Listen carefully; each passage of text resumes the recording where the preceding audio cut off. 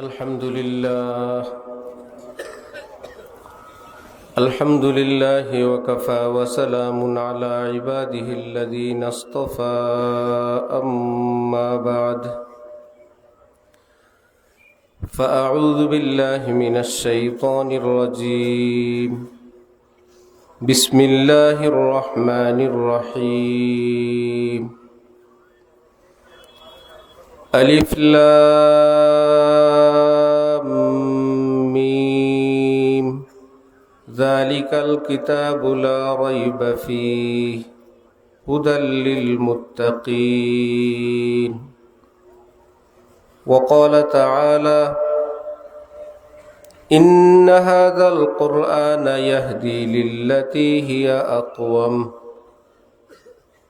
وقال تعالى هو الذي بعث في الأميين رسولا منهم يتلو عليهم آياته ويزكيهم ويعلمهم الكتاب والحكمة وإن كانوا من قبل لفي ضلال مبين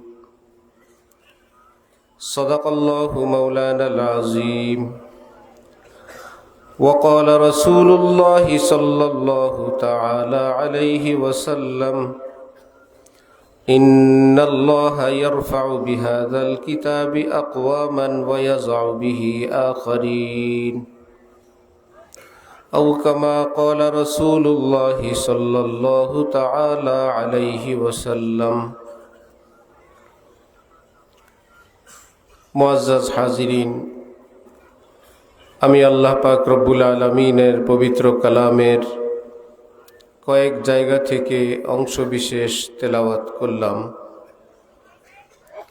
এবং হযরত রাসূল করিম সাল্লাল্লাহু আলাইহি ওয়াসাল্লামের একখানা হাদিস শরীফ পাঠ করলাম।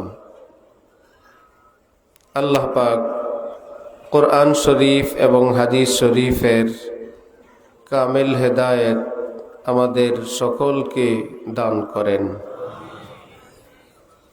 কোরআনে পাক এবং হাদিসে পাকের নূরে আমাদের জীবনকে সুন্দর করার, আলোকিত করার তৌফিক দান করেন।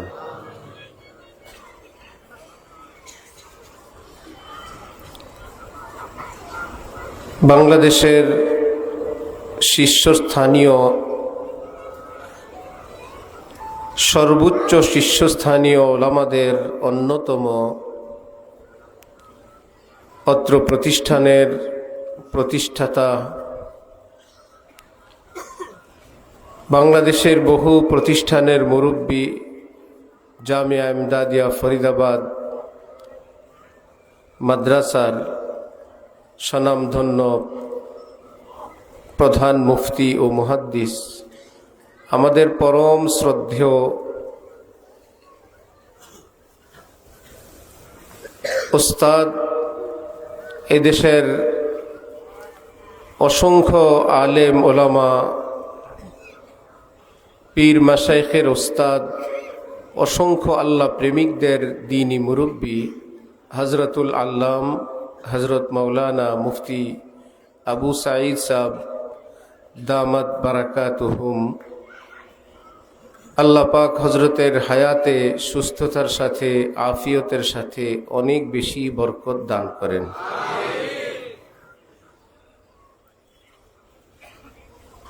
খুশির কোনো সীমা নাই আমাদের। এত বিশাল মজমা, যেখানে একবারও একথা বলার প্রয়োজন নাই, কেউ ছবি তুলবেন না, কেউ ভিডিও করবেন না, কেউ মোবাইল উঁচু করবেন না। এই দেশের এই সময়ে এত সুবিশাল একটি মহাসমাবেশ, দ্বীনি জলসা, এক আল্লাহওয়ালার উসিলায়, তালিম তরবিয়তের বরকতে মুসলমানরা যদি এত বড় মজমাও এতটা সুশৃঙ্খল, সুনিয়ন্ত্রিত, কোরআনে পাক হাদিসে পাকের তালিমের ভিতরে আমরা থাকতে পারি, এর থেকে একথা বোঝা যায়,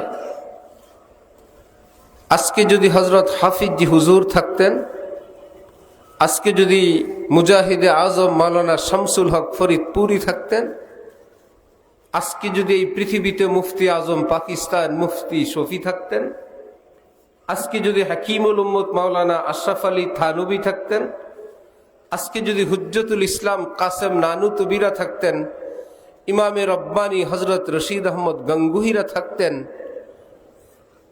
তাহলে অসংখ্য এত সব মাদ্রাসা, এত সব আমাদের মতন মৌলভী সাহেব না থাকলেও ওনাদের থাকার দ্বারাই এই উম্মতের জন্য যথেষ্ট ছিল। মুহিউস সুন্নাহ মাওলানা আবরারুল হক সাহেব রহমতুল্লাহ আলাইহি হাকিমুল উম্মত হজরত আশরাফ আলী থানবীর সর্বশেষ খলিফা ছিলেন। তিনি বলতেন, পৃথিবীতে দ্বীনের নামে যত ফিতনা, যত বদ্দীনি, যত খোরাফাত, কোনো না কোনো মৌলবী, কোনো না কোনো কোরআন হাদিসের দু চার লাইন জানে, এইরকম কোনো মৌলবীর মাধ্যমেই পৃথিবীতে যত ফিতনা। কেন? এর কারণ বলতেন, মৌলবীর আরেকটা বৈশিষ্ট্য আছে, এই সেই মৌলবী যে আল্লাহর কোনো দিওয়ানা, কোনো আল্লাহওয়ালা, কোনো মুহাক্কিক, কোন আল্লাহর প্রেমিক থেকে নিজের তরবিয়ত করায় নাই, শিক্ষিত হয়েছে, দীক্ষিত হয় নাই, আলফাজে নবুয়ত হাসিল করছে, আনওয়ার নবুয়ত অর্জন করে নাই। আনোয়ার শাহ কাশ্মীরি রহমতুল্লাহ আলাইহির মতো এত বিখ্যাত আলেম, পৃথিবী বিখ্যাত আলেম, তার ছাত্রদেরকে দাওরা হাদিস পড়ানোর পর বছরের শেষে বলতেন, আলফাজে নবুয়ত তো আনোয়ারের নিকট শিখলা, আনওয়ারে নবুয়ত, এই কথার মর্ম, এর নূর অর্জন করার জন্য কোনো ফানি ফিল্লাহ বাকি বিল্লাহ, কোনো আল্লাহওয়ালার সুহবত এবং সান্নিধ্যে গিয়ে সেটা অর্জন করো। জেনে রাখবা, কোন আল্লাহর দিওয়ানা, কোন খাজা মুঈনুদ্দিন চিশতি, কোন বড় পীর আব্দুল কাদের জিলানি, কোন ইমাম গজালি, কোন হাসান বসরি, আল্লাহর কোন দিওয়ানার পায়ের জুতার তলার ধুলার দাম রাজা বাদশার মুকুটে খচিত মণিমুক্তার চেয়ে অনেক বেশি। कभी आलम गुलिस्ता कभी वीराना होता है, कभी आलम गुलिस्ता कभी वीराना होता है, जो होता है बपा से खातिरे दीवाना होता है। ফুল ছোঁয়ার মতন এমন এক অজপাড়া গ্রাম, সেখানে দ্বীনের এই আলো ফুটবে, এই আলো জ্বলবে, দেশে এবং সারা পৃথিবীতে আলো ছড়াবে। এটা কোনো গণতন্ত্রের বলে না, শক্তির বলে না, জোর রা বুগজার জারি রা বেগির রহম সোয়ে জারি আয়াত আই ফকির, এটা পৃথিবীর কোনো মানব শক্তির কারণে না, কোনো আল্লাহওয়ালার রুহের কন্দন, রুহের ব্যথা, রুহের জ্বলা। শাউলিউল্লাহ দেহলভি মুঘল বাদশাদেরকে যেটা ধমক দিয়ে দিয়ে বলতেন, দিল্লি শাহী মসজিদ থেকে তার মুসল্লিয়ানি কেরাম হতো মুঘল ফ্যামিলির লোকজন, বলতেন, দিলে দারাম জওয়াহের ফা পারায়ে ইশকস্তে তাহভিলস কেদারত জেরে গর্দু মীর সামানে কে মন্দারাম।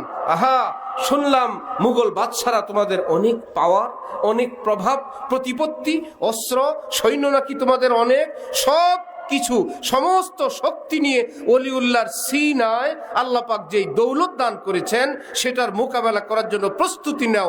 ওলিউল্লাহ প্রস্তুত। মাথা নিচু করে রাখতেন যে এই মস্ত বড় দৌলতের মোকাবেলা তো অস্ত্র দ্বারা, সৈন্য দ্বারা হয় না, এই পৃথিবীর কোনো শক্তি দ্বারা হয় না। এক আল্লাহ দেওয়ানা আল্লাহ পাকের কাছে চান, কি চান তিনি জানেন। হাফিজি হুজুরের সাহেবজাদা হজরত মাওলানা আহমদুল্লাহ আশরাফ সাহেব রহমতুল্লাহ আলাইহি, তিনি বলেন, আমার কাছে অনেক লোক আসে, এসে বলে, আপনি এত বড় ভবনের কাজ আরম্ভ করলেন, টাকা কই, টাকা পান কোথায়? বলে, যেখানে আছে সেখানে পাই। তারপরে তো কি হিসাব নিকাশ? তখন বলতেন যে হিসাব নিকাশ হলো, তোমাদের ব্যাংক টাইম শুরু হয় সকাল 9টা-10টা থেকে, আমাদের ব্যাংক টাইম শুরু হয় রাত গভীরে। আমরাও একটু লেনদেন করি, তোমরাও করো। তোমাদের ব্যাংকে চেক দিলে হয়, আমাদের ব্যাংকে চোখের পানি দিলেই হয়। আমাদের উস্তাদ ঢালকানগর মাদ্রাসার মুহতামিম হযরত মুফতি জাফর সাহেব দামাত বারাকাতুহুম গোয়েন্দা এসে বলল, আপনি এতবার হজ উমরায় যান, টাকা পান কোথায়? কত টেনশন। বললেন যে টাকা, আমাদের হজ উমরার টাকা বিভিন্ন অ্যাকাউন্টে থাকে। মানে আপনার কয়টা অ্যাকাউন্ট? বলল আমার কোনো অ্যাকাউন্ট নেই। কি বললো? আল্লাহর বিভিন্ন বান্দাদের অ্যাকাউন্টে আমাদের হজ উমরার টাকা থাকে, যেই বছর যেটা কবুল হয় আল্লাহ পাক তাকে দিয়ে ওই অ্যাকাউন্টের টাকা সহ এখানে নিয়ে আসে। এক বুজুর্গ বলতেন যে ভাই, দুনিয়াওয়ালারা খায় নয়, সেটা হলো মিন হাইসু ইয়াহতাসিব, আর আল্লাহ দেওয়ানারা খায় মিন হাইসু লা ইয়াহতাসিব। ওমান ইয়াত্তাকিল্লাহ ইয়াজআল লাহু মাখরাজা ওয়া ইয়ারযুকহু মিন হাইসু লা ইয়াহতাসিব। কোরআনে পাকে আল্লাহ পাক বলেন, যারা তাকওয়াওয়ালা হবে আমি আল্লাহ তাদেরকে সংকট থেকে উদ্ধার করব তো করব, অকল্পনীয়ভাবে আমি রিজিক পৌঁছায় দিব। এক মুয়াজ্জিন সাহেবের নিকট আসছে মুসাফির, রাত্রে থাকবেন। থাকতে দিলে কিছুক্ষণ পর মুয়াজ্জিনের কাছে খাবার যা আছে সেটাই দিলেন। মুসাফির বলছে, মোরগ পোলাও ছাড়া খাই না। মুয়াজ্জিন বলে, ভালো মেহমান, থাকতে দিছি, এখন মোরগ পোলাও নাই। বলে, না হইলে নাই। এভাবেই শুয়ে আছেন। রাত 12টা, কে জানি দরজা খটখট করে। দরজা খুলে দেখেন কোনো মেয়ে মানুষ মোরগ পোলাও নিয়ে আসছে। কি ব্যাপার? বলল, আমার ছেলে হারানো গেছে, আল্লাহকে বলছে আল্লাহ ছেলে পাইলে কিছু মানুষকে মোরগ পোলাও খাওয়াবো, ছেলে পাওয়ার পর রান্না করতে একটু দেরি হয়ে গেছে। মুয়াজ্জিন সাহেব বলেন, বুঝছি, মোরগ পোলাও কার? মুসাফির কি গিয়ে বললেন, হুজুর মোরগ পোলাও আসছে, এত বছর মুয়াজ্জিনি করে আসে না, আজকে আপনিও আসছেন, মোরগ পোলাও আসছে। আপনি আগেই বললেন মোরগ পোলাও ছাড়া খান না, ঘটনা কি? ঘটনা কি জানি না, 30 বছর যাবত আমার আল্লাহ আমারে এভাবেই খাওয়ান। হাকিমুল উম্মত মাওলানা আশরাফ আলী থানভী রহমতুল্লাহি আলাইহি, খলিফা শাহ আব্দুল গনি ফুলপুরি রহমতুল্লাহি আলাইহি শীতে কাঁপেন।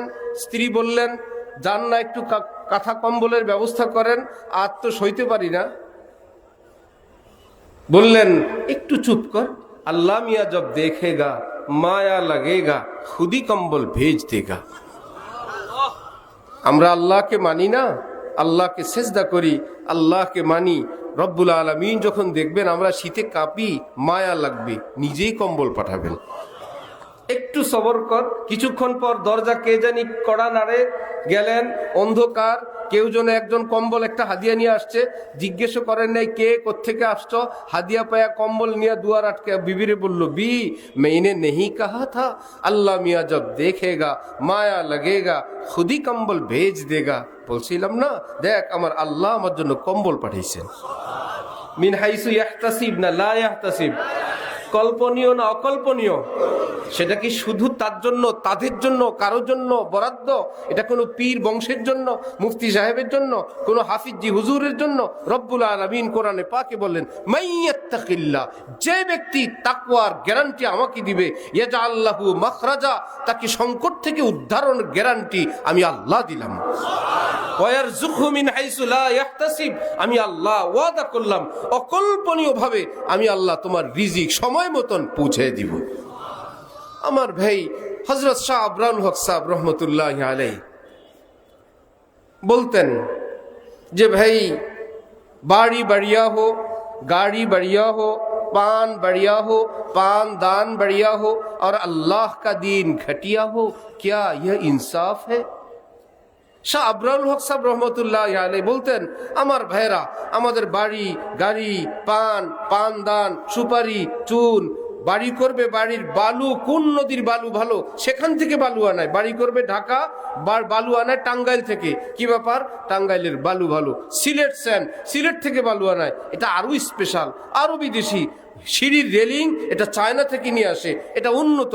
হযরত আবরারুল হক সাহেব বলেন, সবই মানলাম, আল্লাহ কি তোমাকে এই মেজাজ, এই রুচি, এই আল্লাহ পাক তোমার এই যোগ্যতা কি শুধু এই দুনিয়ার উন্নতি অগ্রগতির জন্য দিছিলেন? তোমার সূরা ফাতিহা কি উন্নত? তোমার নামাজ কি উন্নত? তোমার আত্তাহিয়াতু, তোমার দোয়ায় কুনুত কি উন্নত? সেটা তো ভাঙ্গাচুরা, কোন রকম সেটা উন্নত করো না। এটা কি আল্লাহ দ্বীনের সঙ্গে ইনসাফ হলো? শাহ আবরারুল হক সাহেব রহমতুল্লাহ আলীকে যখন দাওয়াত করে বাংলাদেশে আনা হয়, কোনো মাদ্রাসায় হজরত তশরিফ নিয়ে যান, তো মেহমানখানা নিয়ে যায়। হজরত বলতেন যে ভাই, এটা তো অনেক উন্নত মেহমানখানা, মাশাআল্লাহ, তালেবে ইলমরা থাকে কোথায়? সেখানে নিয়ে যাও। নিয়ে গেছে দাওরা হাদিসের রুমে, মাশাআল্লাহ শানদার। হজরত বলে, ইয়ে नहीं, बच्चे जहां कुरान पढ़ते हैं, কোরআনে পাক পড়ে যেখানে, আমারে সেখানে নাও। গিয়ে দেখা গেল ছেঁড়া চাটাই, পুরান কার্পেট, লক্কর ঝক্কর ফ্যান। বলল, হ্যাঁ আমি মাদ্রাসার মেহমান, আমার তো বড় এজাজ একরাম, যারা নবীর মেহমান তাদের সম্মান এই, তোলাবাই কেরাম তাদের এই সম্মান। আর যারা দাওরা হাদিস পড়বে, সর্বোচ্চ কিতাব বুখারী শরীফ পড়বে, তিরমিজি, মুসলিম, আবু দাউদ, সিয়াসিত্তা, আরো হাদিসের কিতাব। আমার ভাই, কোরআন শরীফ বুখারী শরীফ বড় নাকি কোরআন শরীফ? কোরআন শরীফ তো। বুখারী শরীফের রুম এত সুসজ্জিত, এত সাজানো গুছানো, এত মোটা গালিচাওয়ালা, আর আল্লাহর কালাম কোরআনে পাক, যার ব্যাপারে হাকিমুল উম্মত থানবী বলছেন, অনেক মুসলমান জানেই না কালামুল্লাহর দাম কত। আল্লাহর কালামের দাম কাবা ঘরের চেয়ে অনেক বেশি। কাবা ঘরের চেয়ে কোরআনে পাকের সম্মান বেশি। কাবার একটু গিলাফ, এটা কত কিছু দিয়ে রাখে বাইতুল মুকাররম মসজিদের সামনে, কেউ একটু পায় সরকারি বেসরকারি ভাবে, কত যত্নে রাখে। সেই কাবার গিলাফের চেয়ে বড় দামি কোরআন, কোরআনের গিলাফ অযত্নে। গিলাফই নাই। হযরত আবরারুল হক সাহেব বলতেন, আহা তোমার জামা আছে, আল্লাহর কোরআনের জামা নাই। তোমার জামা ধো, আল্লাহর কোরআন শরীফ একটু ধুইবা না? তোমার জামা এত উন্নত, কোরআন শরীফে তো অনুন্নত। তোমার ঘরে সুকেসে এত জিনিস আছে, সুকেসে কত কিছু জায়গা হয়, হান্ডি পাতিল, খেলনা, ডিনার সেট। আল্লাহর কালামের জন্য কি ঘরে একটা তাকও নাই? একটু ধুলাবালি মুক্ত সুন্দর করে সাজানো একটা তাক কি হবে না? একটু সাজানো যায় না? হযরত আবরারুল হক সাহেব বলতেন, কোরআনে পাকের গিলাফ ধো, খবরদার বাথরুম ওয়াশরুমে ধুইবা না, কারণ কোরআন শরীফের গিলাফের গায়ে থাকা ধুলাবালিগুলো পেশাব পায়খানার সঙ্গে যাবে। কি করো, একটা পাত্রে নাও, বড় একটা গামলার উপরে রাখো, এখানেই বারবার ধো, পানিগুলো জমাও, আল্লাহকে দেখাও, হে প্রিয় আল্লাহ, শুধু তোমাকেই ভালোবাসি না, শুধু তোমার কোরআনকেই ভালোবাসি না, কোরআনের গিলাফকেই ভালোবাসি না, আল্লাহ কোরআনের গায়ের ধুলোবালিকেও ভালোবাসি। এখন কি করবা এই পানি, গামলা বালতির পানি? হযরত আবরারুল হক সাহেব বলতেন, এক কাজ করো, কোনো গাছ থাকলে গাছের গোড়ায় দিয়ে দাও, ক্ষেত থাকলে খেতে ছিটিয়ে দাও, কোরআনের ধুলার বরকতে আল্লাহ বরকত দিবেন। শহরের বাড়িতে গাছও নাই, ক্ষেতও নাই, এবার কি করবা? হযরত বলেন, ছাদি নিয়ে ছিটিয়ে দাও, আল্লাহকে দেখাও, আল্লাহ আমার কাছে হেফাজতের আর কোনো পদ্ধতি নেই, আল্লাহ আমি ছিটিয়ে দিলাম আপনার কোরআনের ধুলাবালির সম্মানে।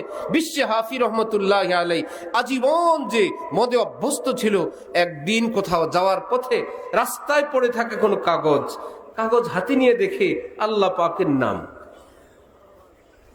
হোক গুনাহগার মুসলমান, অন্তরে আল্লাহর মোহব্বত সবারই আছে, নবীর মোহব্বত সবারই আছে। রুস্তমে খুফতা হ্যায় তু কসবন নেহি হ্যায়, খাম তেরা জাগনে মে দের হ্যায়, ফির ওহি হ্যায় দম তেরা। সব মুসলমানের মধ্যে একটু ঘুমন্ত থাকে সেটা, কিন্তু যখন পরিবেশ পরিস্থিতি ইসলাম এবং আল্লাহ রসুলের বিষয় আছে, নামাজ রোজার বিষয় আলাদা, আল্লাহ রসুলের বিষয় আসলে সব মুসলমান মনে করে আমার জানের চেয়ে আমার আল্লাহর সম্মান, আমার রসুলের সম্মানের দাম অনেক বেশি। বিশ্বে হাফি বলল, আমার আল্লাহর নাম এভাবে রাস্তায় পড়া, সফর ক্যান্সেল। ওই কাগজটাকে তুলে নিয়ে আসছে, আতর গোলাপ দিয়ে পরিষ্কার করে তাকের উপর রাখছে, মদে অভ্যস্ত বিশ্বে হাফি, এখন 4 সিলসিলা, চিশতিয়া, কাদরিয়া, নকশবন্দিয়া, সোহারওয়ার্দিয়া, এই বুজুর্গদের সিলসিলা পিছনে গেলে বিশ্বে হাফিরও নাম। ইমাম আহমদ ইবনে হাম্বল রহমতুল্লাহ আলাইহির দরবারে বিশ্বে হাফি আসলো। এখন আর বিশ্বে হাফি নাই। আল্লাহর নাম এর সম্মানের বরকতে আল্লাহ পাক বিশ্বে হাফিকে গুনার জীবন থেকে তওবা করায় আল্লাহর ওলি বানায় দিচ্ছেন। ইমাম আহমদ ইবনে হাম্বল রহমতুল্লাহ আলাইহির দরবারে আসলে ইমাম আহমদ ইবনে হাম্বল আগায় গেলেন, নিজের মসনদে বসতে দিলেন। চলে যাওয়ার পর অনেকেই বলল, হযরত সারা জীবন তো ভুলে ভুলে কাটছে। অনেক মুসলমানের চরিত্রই এমন, কেউ একবার জীবনের কোনো পাঠে ভুল করলে তিনি তার রাজ সাক্ষী হয়ে বসে থাকেন। এই ব্যক্তিকে জাহান্নামে পাঠানোর জন্য সাক্ষীর প্রয়োজন হইলে আমি আছি। আমি মুখস্থ জানি, আমার সামনের ঘটনা, আমার চোখের সামনে। রব্বুল আলামিন বলেন, লা তাকনাতু মির রাহমাতিল্লাহ ইন্নাল্লাহা ইয়াগফিরুয যুনুবা জামিআ। আমি আল্লাহ ওয়াদা করলাম, আমি আল্লাহ কোন বান্দাকে চাইলে, তওবা করলে আমি আল্লাহ জীবনের সমস্ত গুনাহ মাফ করে দেব। যিনি মালিক তিনি মাফ করে দিলেন। আমি আপনি, আমাদের উস্তাদ হযরত মাওলানা ঢাকবি হুজুর আব্দুল মজিদ ঢাকবি হুজুর লালবাগী ছিলেন, ঢালকানগরের শেষ জীবনে যাতায়াত করতেন। সেই হিসাবে আমরা হুজুরকে পাইলাম। হুজুর বলেন, হুজুরের গল্প, হুজুরের বাসায় চোর প্রবেশ করছে দিনের বেলা। স্ত্রী বললেন, চোর চোর। হুজুর বললেন, চুপ চুপ। মানে চুপ কিসে? টাকা নিয়ে গেল তো ডয়ের থেকে। হুজুর বললেন, আমরা সজাগ, দিনের বেলা চোর ঢুকছে, বেটার টাকার অনেক দরকার, অল্প দরকারে এত বড় রিস্কে যায় নাই। হুজুরের বিবি বললেন যে, ভালো দরবেশ সাহেব, এক বেটা চুরি করে আর আপনি চুরিতে সহযোগিতা করেন। সে চোর হইল আর আপনি চুরি করতে দিয়ে তাকে সহযোগিতা করলেন। যদি এভাবেই দেয়া লাগে এভাবে দিয়ে দেন, হালাল ভাবে খাক। এখন সে চোর হইল না আর আপনি সহযোগী হইলেন। হুজুর বললেন, মনে হয় যেন আমাদের চেয়ে বড় আলেম তোমরা। বললেন, আরে হক তো আমার, আমি যদি আমার আল্লাহকে বলি আল্লাহ মাফ করে দিলাম, তাহলে কি আমরা ভাইয়ের নাম চোরের খাতায় থাকে? আমার টাকা নিছে, আমি যদি বলি আল্লাহ মাফ করে দিলাম, চোরের খাতায় তো তার নাম থাকে না। এক আল্লাহর বান্দা যদি এত বড় দিল নিয়ে বলেন, স্ত্রীকে বলেন চুপ থাক, টাকা আমার, তোর কি, আমি মাফ করে দিলে আল্লাহ বলবেন না যার টাকা সেই মাফ করে দিছে এই বেটার চোর না। রব্বুল আলামিন বলেন, এই চুপ থাক, আমার কোনো বান্দার কোনো গুনাহ নিয়ে কথা বলবি না। আমার বান্দা আমার সঙ্গে ব্যাপার, আমি মাফ করে দিলে আমি নিষ্পাপ বানায় দিব। তোমার কি? खूब रोयों से मिला करते थे मीर, अब मिला करते हैं अहलुल्लाह से, मत करे तहकीर कोई मीर की, राबता रखते हैं अब अल्लाह से। একটা যুগ যা ছিল ছিল, আরে এখন তো সেজদা করে, এখন তো চোখের পানি ফেলে। আহা मायूस न हो अहले जमी अपनी खता से, तकदीर बदल जाती है मुज़तर की दुआ से। চোখের পানির দাম জানো? এ তো জীবনের সমস্ত কালো দাগকে পাক সাফ বানায় না, শুধু কোরআনে পাকে আল্লাহ পাক বলেন, যারে মাফ করি অতীতের জীবনের গুনাহ খাতাগুলো সাফ করে সাদা বানায় রাখি না, সবগুলো গুনাহকে আবার নেকি দ্বারা পরিবর্তন করে দিয়ে দেয়। তুমি আছো তার রাজ সাক্ষী হয়ে। আমার ভাই সেই বিশ্বে হাফি রহমতুল্লাহ আলাইহি ব্যাপারে আহমদ ইবনে হাম্বল বলেন, আরে আমি আহমদ হইলাম কিতাবের আলেম, বিশ্বে হাফিল আল্লাহর আরেফ। আমার সম্পর্ক কিতাবের সাথে, তাওয়াজু করে তিনি বলতেন, বিনয় করে, আমার সম্পর্ক কিতাবের সাথে, আর বিশ্বে হাফিজ সম্পর্ক আসমান জমিনের মালিক মহান আল্লাহর সাথে। আল্লাহর নাম যদি ইজ্জত করে এত বড় হয়, আমার ভাইরা আজকের এই মজমায় যারা আমরা আছি, যারা শুনছি, আমরা কি নিয়ত করতে পারি না আজকের থেকে আমরা কোরআন শরীফের গিলাফের ব্যবস্থার চেষ্টা করব ইনশাআল্লাহ? আল্লাহ তৌফিক দান করেন।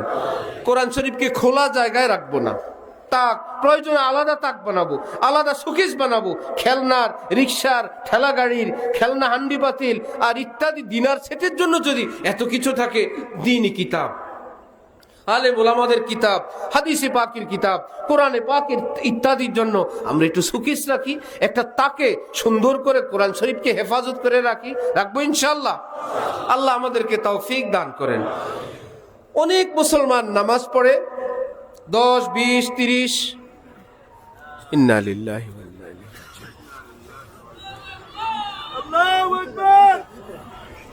কি হয় আল্লাহু আকবার বলে কারেন্ট আসে? সবাই মিলে বলি, দেখি আসে কিনা।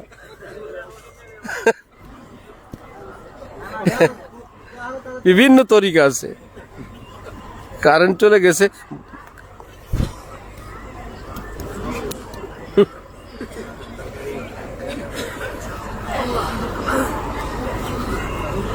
আল্লাহ, আস্তাগফিরুল্লাহ, আস্তাগফিরুল্লাহ, আস্তাগফিরুল্লাহ, আস্তাগফিরুল্লাহ।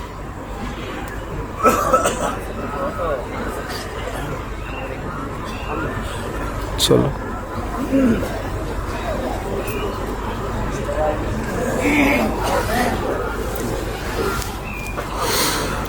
আস্তাগফিরুল্লাহ, আস্তাগফিরুল্লাহ,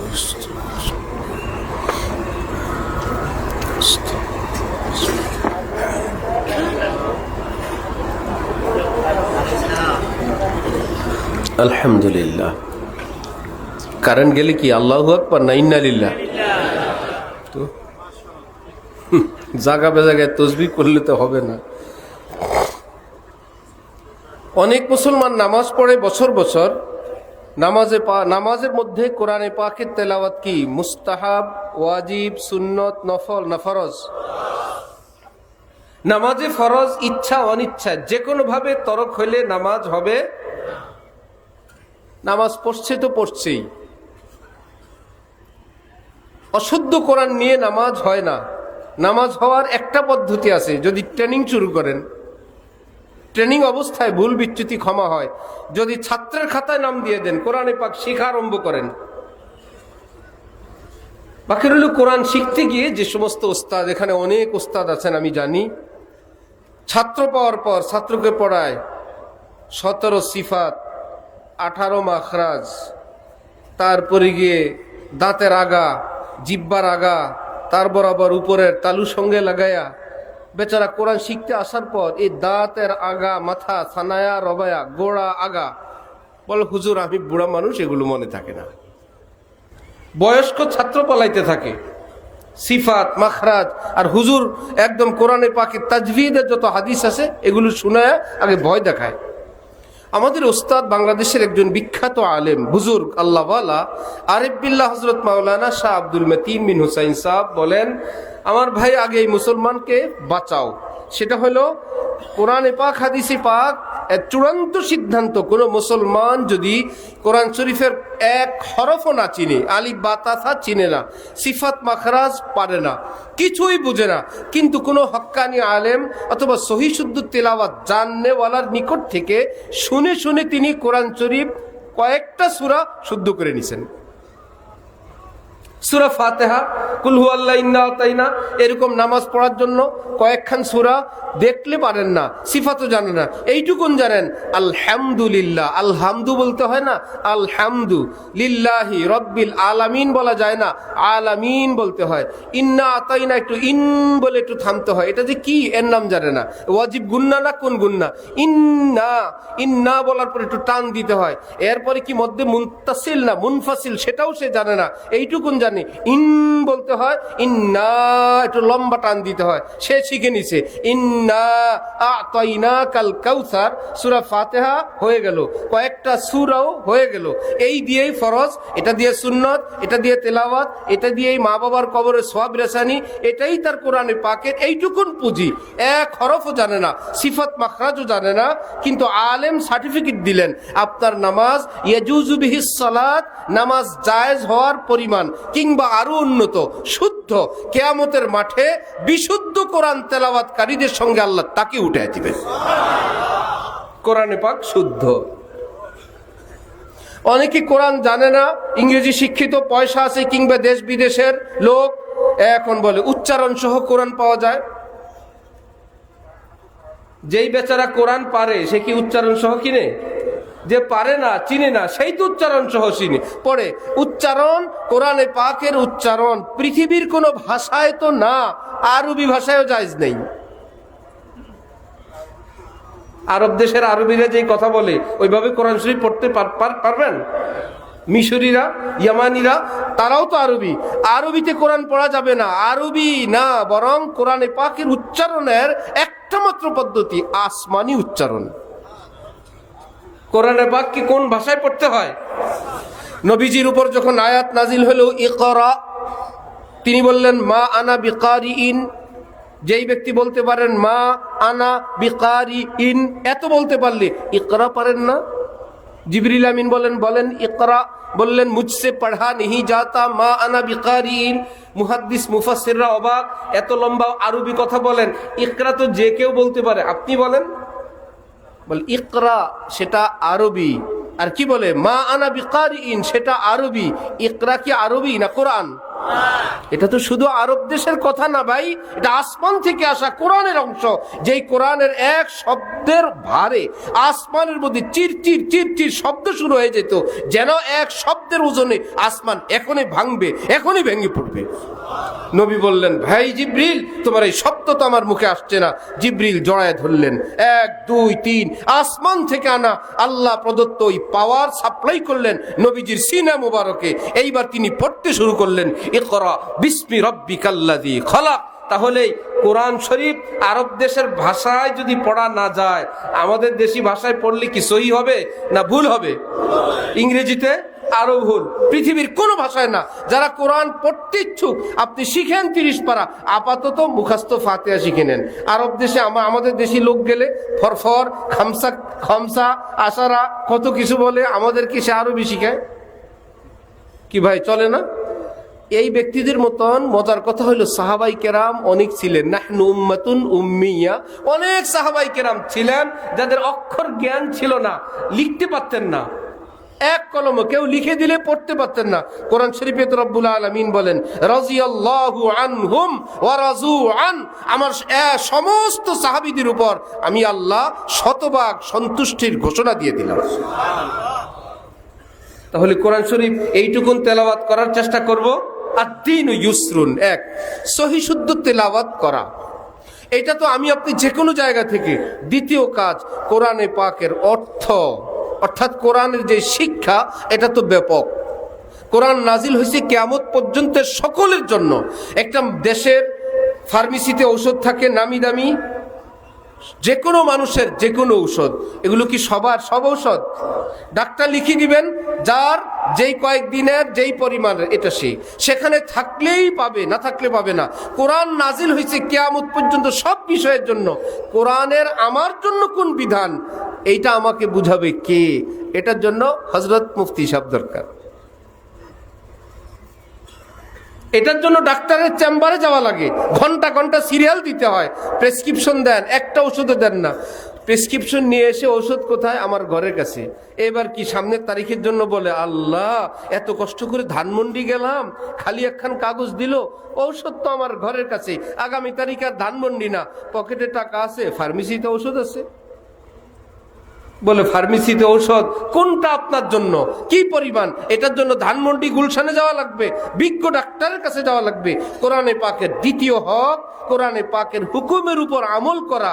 কিন্তু আমি আপনি নিজে নিজে হুকুমের উপর আমল করবেন, এটা আছে সেটা আছে, এটা অনুবাদে পাইলাম, এটা তর্জমায় পাইলাম, তাহলে ওই ফার্মেসির থেকে সরাসরি ওষুধ খেলে যা ঢুকে বললেন এত বড় নামি দামি ফার্মেসি, কি দিব? সব আইটেম এক পাতা করে দেন। কিছু খায়, কিছু নিজে খায়, কিছু ছেলে মেয়েদেরকে খাওয়ায়। এই লোকটা কি জ্ঞানী হবে না বোকা হবে? এক উস্তাদ কোরআন শরীফ লিখতে দিয়েছে, আগের যুগে ছাত্রকে হুবহু লিখবে, হাতের লেখা, লিখতে গিয়ে দেখে আবুল আহাবের নাম, একটু পরে দেখে গরু, একটু পরে দেখে মাকড়সা, একটু পরে দেখে কাফের। আল্লাহর কালাম, হরফে হরফে নেকি, আবুল আহাব পড়লে নাকি হবে? গরু মাকড়সা এগুলো আল্লাহর দুশমনরা কোরআনে ঢুকাইছে। এলেমের অবস্থা দেখেন, লেখে আর ফাঁকা রাখে। তারপরে দ্বিতীয়বার উস্তাদের কাছে কোরআন জমা দিবে, ফাঁকা থাকলে কেমন দেখা যায়, ফাঁকা জায়গায় কি করা যায়, খারাপ জিনিস সরাই দিলাম, ভালো জিনিস দেই, কোথাও উস্তাদ দিলাম, কোথাও বাবার নাম শ্বশুরের নাম দিয়ে দিছে। কি করলা? বলে এই করলাম। তারপরে বললো আল্লাহ দুশ্মনের নাম আল্লাহর কোরআনে হরফে হরফে নেকি, এই জন্য এগুলো সরাই দিয়ে আপনার নাম, আমার আব্বা, আমার উস্তাদ ইত্যাদির নাম দিয়ে দিলাম। আমার নাম দিছে কোথায়? হুজুর আবুল আহাবের জায়গায়।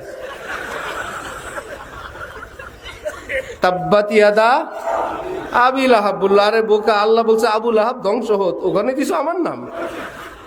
এলেম যদি না থাকে, এই কোরআন ভালোবেসেই শেষ হবেন। কোরআনকে ভালোবাসা, কোরআনের জজবা, অনেক ওয়াইজ, অনেক বক্তা মানুষকে বলে কোরআন পড়বেন, কোরআনের অনুবাদ শিখবেন, নিজে নিজে আমল করবেন। বিদায় হজের ভাষণে আল্লাহ রসুল শুধু কোরআন এবং সুন্নাহ দিয়ে গেছেন, সুতরাং কোরআনে সব আছে। আমার ভাই, কোরআন থেকে উদ্ধার করে খাবেন তো সেটা দূরের কথা, গাছের ডাব থেকে নামায়ও তো খাওয়াইতে পারেন না।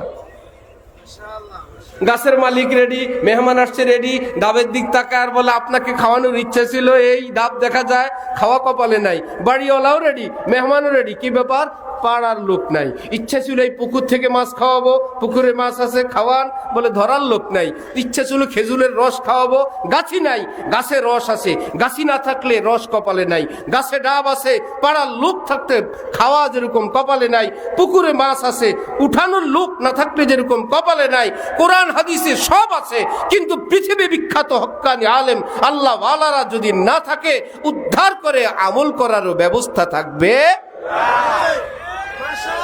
এই জন্য হাকিমুল উম্মত মাওলানা আশরাফ আলী থানভী নওয়ারাল্লাহু মারকাদাহু তিনি বলতেন, মুসলমানরা যদি ইসলামকে ভালোবাসো, কোরআনকে ভালোবাসো, তাহলে এক কাজ করো, কোরআনের প্রতিষ্ঠান মাদ্রাসাগুলোর খেদমত করো, আলেমের খেদমত করো। ইমাম গাজালি বলতেন, যে আলেমের খেদমত করে, ভালোবাসে, হাদিয়া দেয়, মাদ্রাসার খেদমত করে, দোয়া করে, আল্লাহ পাক আখিরাতে তো পুরস্কার দিবেনই দিবেন, দুনিয়ার পুরস্কার তার বংশে আল্লাহ আলেম বানায় দিবেন। আর সব করে করে যাই করে, আলেম ভালোবাসে না, আলেম দেখলে রাগ, মাদ্রাসা দেখলে জ্বলে, এত মাদ্রাসা কি দরকার? স্কুলে কোনো অসুবিধা নেই। হুজুরদের রাজনীতি দল 3টা জায়গায় 4টে হলে এত দল কি দরকার? বছর বছর যে বাড়তি আছে নিয়ন্ত্রণহীন ভাবে অন্যদের রাজনৈতিক দল, এতে কোনো অসুবিধা হয় না। ও বুঝা গেল ভিতরে কোনো সমস্যা আছে, ভিতরের কোনো রোগ এবং ভাইরাসের কারণে টুপি দেখলে সমস্যা, পাঞ্জাবি দেখলে সমস্যা। হাকিমুল উম্মত থানভী বলেন, ইংরেজদের এমন মুরিদ হয়েছে, আলেমরা বলছিল ভাই প্যান্ট পরো 2 আঙ্গুল উপরে উঠাও, টাকনুর উপরে। আলেমের কথা 2 আঙ্গুল উঠায় নাই, ইংরেজ আবার এক টানে হাঁটুর উপর উঠে ফেলছে, সেই প্যান্ট এক টানে হাঁটুর উপর উঠে ফেলছে। আলেম বলছিলেন 2 আঙ্গুল, সেটা উঠায় নাই, ইংরেজ বলছিল এক টানে হাঁটুর উপরে, কারণ আগেরটাও ফরজ তরক, পরেরটাও ফরজ তরক, মধ্যখানে থাকলে তো মোল্লা হয়, মোল্লা হব না, প্রয়োজনে টাকনুর নিচে নিয়ে যাব, মোল্লা হব না, প্রয়োজনে হাঁটুর উপরে উঠে ফেলবো। মোল্লাদের বিরোধিতা করো। আমার শেখ বলেন, বিরোধীরা হজরতে কিয়ামতের আগে যখন হজরত ঈসা আসবেন, আলেমদের ভক্তরা, আলেমদের অনুসারীরা সব হজরত ঈসার পক্ষে যাবে, আলেমদের দুশ্মনেরা দাজ্জালের পক্ষে যাবে। কারণ তাদের সিদ্ধান্ত, আলেমরা যেদিকে, আমি তার উল্টা। কোন বেচারার বউ পানির স্রোতে পড়ে মারা গেছে, সে উল্টা দিকে খোঁজে। সবাই বলল ভাই মরা মানুষ ওই দিকে তো যাবে না, স্রোত তো এদিকে যায়। সে বলল আপনি বেশি বুঝেন, আপনি চিনেন এই মহিলারে, সারা জীবন সে উল্টা করছে। আমার বিশ্বাস মরার পরে উল্টা দিকেই গেছে। সুতরাং আমি আমার হিসাবেই গুনি। সুতরাং কিয়ামতের আগে যখন হযরত ঈসা এবং দাজ্জাল আসবে, উল্টা পাটি তো সেই দিকে যাবেন, আমরা হযরত ঈসার দিকে যাব ইনশাআল্লাহ। আল্লাহ তৌফিক দান করেন। ওয়া আখিরু দাওয়ানা আলহামদুলিল্লাহি রাব্বিল আলামিন।